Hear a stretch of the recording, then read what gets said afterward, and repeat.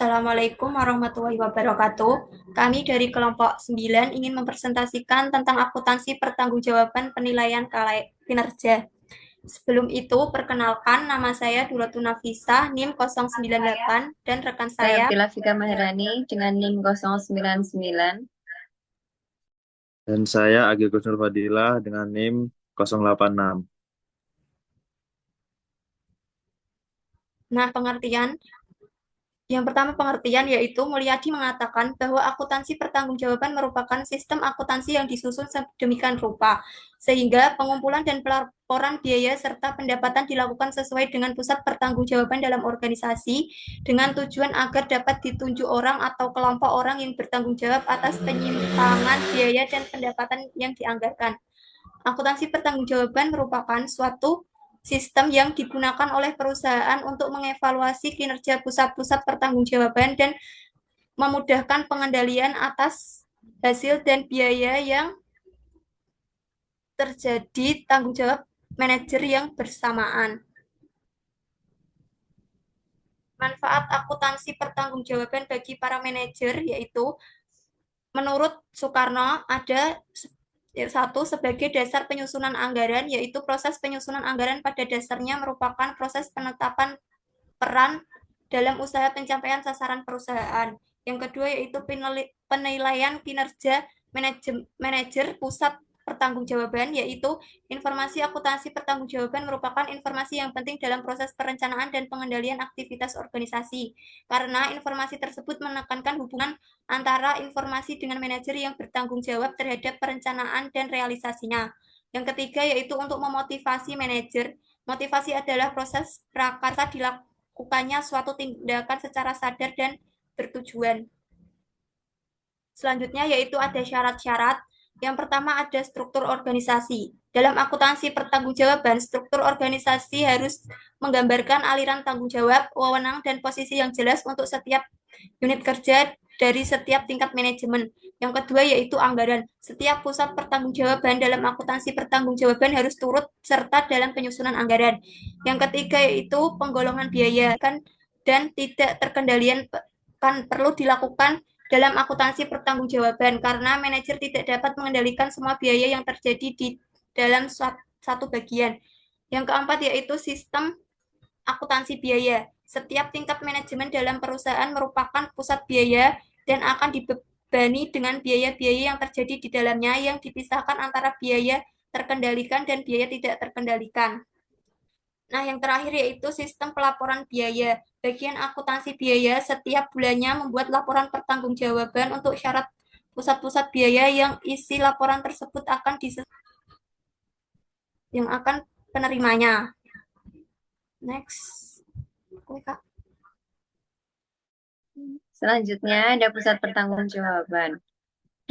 Pusat pertanggungjawaban sendiri ialah setiap unit kerja dalam organisasi yang dipimpin oleh seorang manajer yang bertanggung jawab atas aktivitas yang dilakukan atau unit organisasi yang dipimpinnya. Dalam kaitan ini, suatu organisasi terdiri dari kumpulan dari beberapa pusat pertanggungjawaban. Nah, pusat pertanggungjawaban menurut Hansen dan Mowen adalah pusat pertanggungjawaban merupakan suatu segmen bisnis yang manajemennya bertanggung jawab terhadap serangkaian kegiatan-kegiatan tertentu. Sedangkan menurut Anthony dan Govindarajan, pusat pertanggungjawaban adalah organisasi yang dipimpin oleh seorang manajer yang bertanggung jawab terhadap aktivitas yang dilakukan. Next. Selanjutnya ada jenis pusat pertanggungjawaban. Yang pertama ada pusat biaya. Pusat biaya sendiri menurut Garrison, manajer pusat biaya memiliki kendali atas biaya, tetapi tidak pada pendapatan atau penggunaan dana investasi.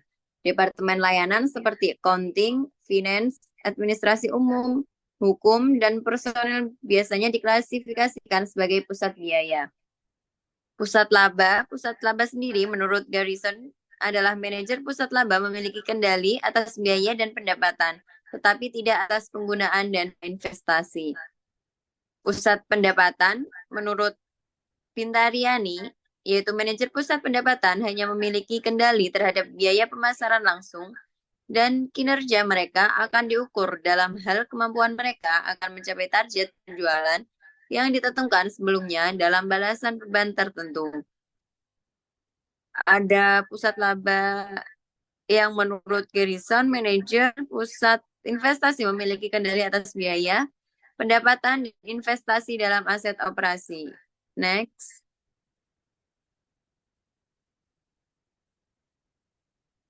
Selanjutnya ada kriteria pusat pertanggungjawaban. Untuk memotivasi manajer secara efektif, tanggung jawab yaitu yang dibebankan kepada manajer harus memenuhi kriteria sebagai berikut. Yang pertama, ada tanggung jawab harus konsisten dengan wewenang yang dimiliki oleh manajer atas pendapatan dan biaya. Yang kedua, ada batas tanggung jawab harus teliti dan adil.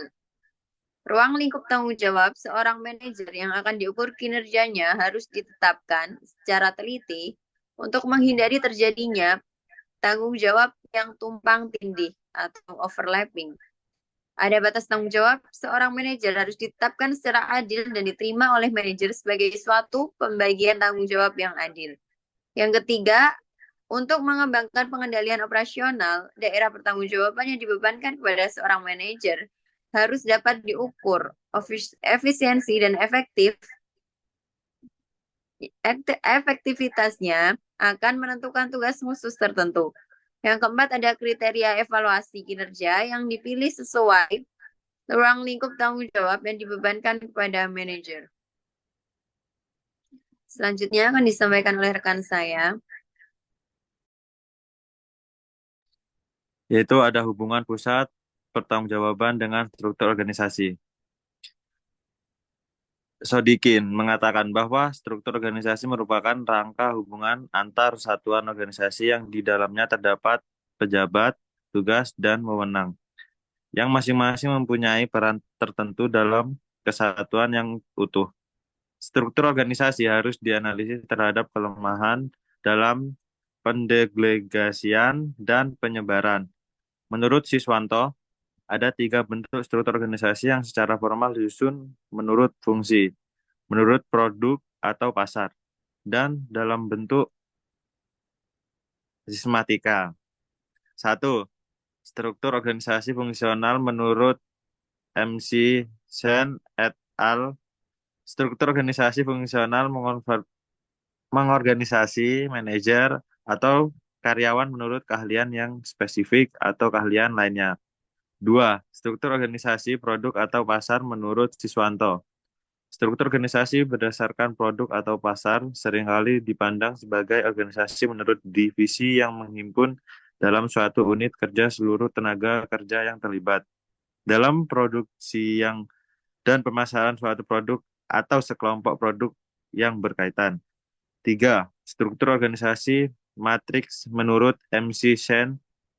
Struktur organisasi matriks merupakan struktur yang menggabungkan 2 struktur, yaitu struktur organisasi, produk, dan struktur fungsional dalam memaksimumkan keunggulan dari kedua struktur tersebut. Next. Yaitu ada definisi penilaian kinerja.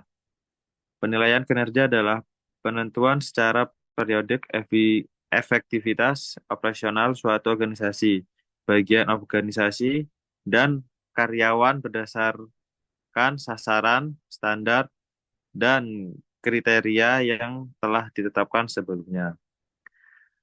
Yang kedua, tujuan pokok penilaian kinerja adalah untuk memotivasi karyawan dalam mencapai sasaran organisasi dan dalam mematuhi standar perilaku yang telah ditetapkan sebelumnya. Argumen membuahkan tindakan dan hasil yang diinginkan. Next. Manfaat kinerja. Penilaian kinerja dimanfaatkan oleh manajemen untuk 1. Mengelola operasi organisasi secara efektif dan efisien melalui pemotivasian karyawan secara maksimum.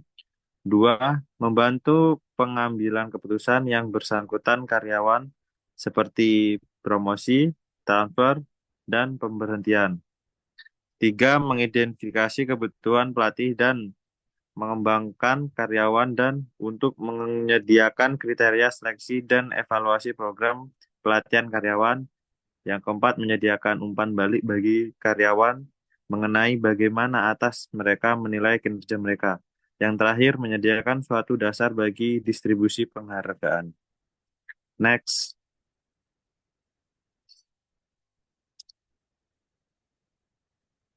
Poin terakhir yaitu tahap penilaian kinerja. Penilaian kinerja dilaksanakan dalam 2 tahap utama, yaitu 1 tahap persiapan dan tahap penilaian. Tahap persiapan terdiri dari 3 tahap rinci. Yang pertama, menentukan daerah pertanggungjawaban dan manajer yang bertanggung jawab. 2, menetapkan kriteria yang dipakai untuk mengukur kinerja. 3, mengukur kriteria sesungguhnya.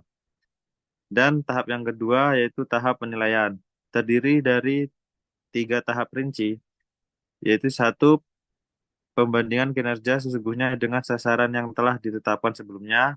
2, penentuan penyebab timbulnya penyimpangan kinerja sesungguhnya dan yang ditetapkan dalam standar. Yang terakhir, penegakan perilaku yang diinginkan dan tindakan yang digunakan untuk mencegah perilaku yang tidak diinginkan.